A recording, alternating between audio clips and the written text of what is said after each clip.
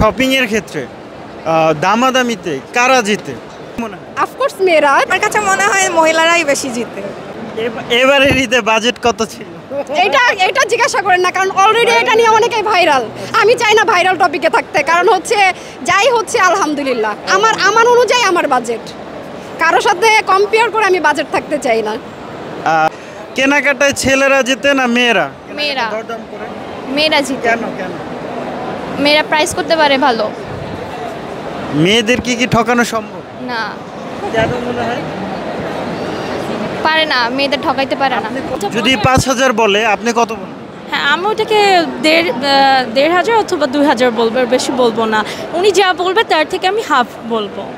জেতার টেকনিক কি? শপিং করে হাফ বলা, আর অবভিয়াসলি স্মাইল করে বলা, যাতে ওনারা মন খারাপ না করে।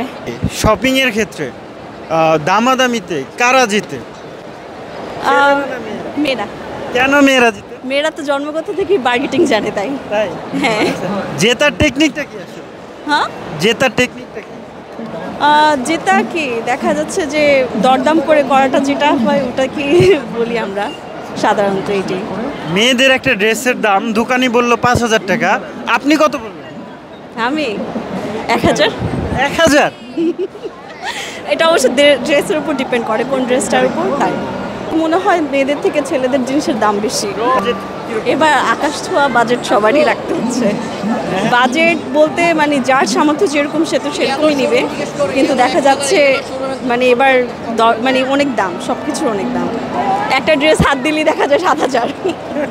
বিরক্ত লাগে এই যে দরদাম করাটাই। হ্যাঁ, কারণ ওরা অনেক অনেক বেশি প্রাইস বলে আর কমায় না, এটাই বিরক্ত লাগে।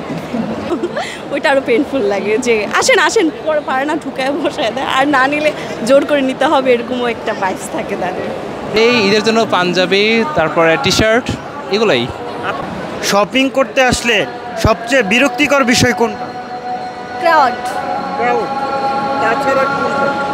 তাছাড়া আর যেহেতু রোজার মাস, মানে একটু ক্লান্ত তো মানুষ হয় আর কি নর্মালি, এটাই, এছাড়া আর কিছু না। আমি বেশিরভাগ সময় বসুন্ধরাতে আসি ফ্যামিলির সাথে। আর বাজেট অ্যাকচুয়ালি আমার কিছু না, আমার ফ্যামিলি আমাকে যা দেয় তা দিয়েই বাজেট চালাই নেই। আর আমি এখনও কিছু করছি না যে কাউকে বাজেট দেব। বয়ফ্রেন্ড আপাতত নেই। আমি স্টুডেন্ট, এখনও কিছু করছি না, কাউকে গিফট দেওয়ার মতো কিছু নেই। বসুন্ধরা যথেষ্ট ভালো একটা প্লেস, সেফটি প্লেস। ছেলেরা জিতে না মেয়েরা? এটা আসলে এক একজনের উপর ভ্যারি করে, ছেলেরা জিতে না মেয়েরা জিতে। অনেক সময় ছেলেরাও জিতে, অনেক সময় মেয়েরাও জিতে। এটা আসলে জেন্ডার ভেদে কোনো ভ্যারি করে না আমার মতে। ম্যাক্সিমাম সবগুলোতেই তো ফিক্সড প্রাইস, সেক্ষেত্রে দামাদামির কোনো অপশনই নেই। ধরেন ৫,০০০ টাকার একটা ড্রেস, সেইটার দাম আপনি কত বলবেন? দোকানদার বললো যে এটা ৫,০০০ টাকা, আপনি কত বলবেন? যদি আমার কাছে মনে হয় না এটা ৫,০০০ টাকার প্রোডাক্ট, না এটা ২,০০০ বা ৩,০০০ টাকার প্রোডাক্ট, সেক্ষেত্রে আমি আমার যেটা মনে হয় প্রেফারেবল প্রাইস, আমি সেটাই তাকে বলবো। এখন হচ্ছে আমি মেইনলি জুতা কিনতে আসছি, এখানে জুতার কালেকশন অনেক ভালো, তো এই জন্য এখান থেকেই সবসময় জুতা কেনা হয়। আমার কাছে মনে হয় মহিলারাই বেশি জিতে। জি জি। আমি আসলে আমার ঠিক নেই, আমার হাতে টাকা থাকলে আমি মানে উড়াধুরা খরচ করে ফেলি। নিজের জন্য তেমন কিছু না, টুকটাক 3 পিস, তারপর জুতা, এগুলো এই ব্যাগ 4-5টা নেওয়া হয়েছে, এখনো পুরোপুরি শেষ হয় নাই। অফকোর্স মেয়েরা। ছেলেরা, কারণ মেয়েরা সব কিছুতে একটু হিসাবই, সব কিছু হিসাব করেই চলে মেয়েরা সব সময়। মেয়েদেরকে কি ঠকানো সম্ভব? কখনোই না। মেয়েদেরকে কেন ঠকানো সম্ভব? কারণ ওরা সব সময় জানে যে 2 টাকা বাঁচলে নিজের জন্যই পরে ব্যয় করতে পারবে, বা এটা নিজের প্রয়োজনের জন্যই খরচ করতে পারবে।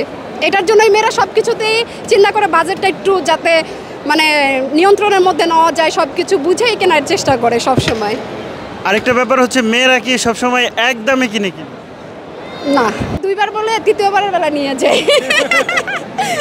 2বার বলি, 3য়বার আর বলি না, তখন চিন্তা করে এটা নিতেই হবে, নিয়ে যায়। পছন্দ যেহেতু হয়েছে এটাই নিতে হবে, এটাই আমার জন্য। শপিং করার সময় বিরক্তি লাগে কোন বিষয়? কখনোই লাগে না, কারণ শপিং করতে ভালো লাগে অনেক। মানে আমি যখন মার্কেটে আসি, দেখা গেছে বেশি সময় মানে সকালবেলা থেকে সন্ধ্যার পর রাত্র 9টা-10টা বাজে, কারণ কেনাকাটা করতেই থাকি টুকটাক টুকটাক টুকটাক। মানে মনে হয় যে ওটাতেই মজা, ঈদের মজাই আমি যেহেতু হচ্ছে শপিং।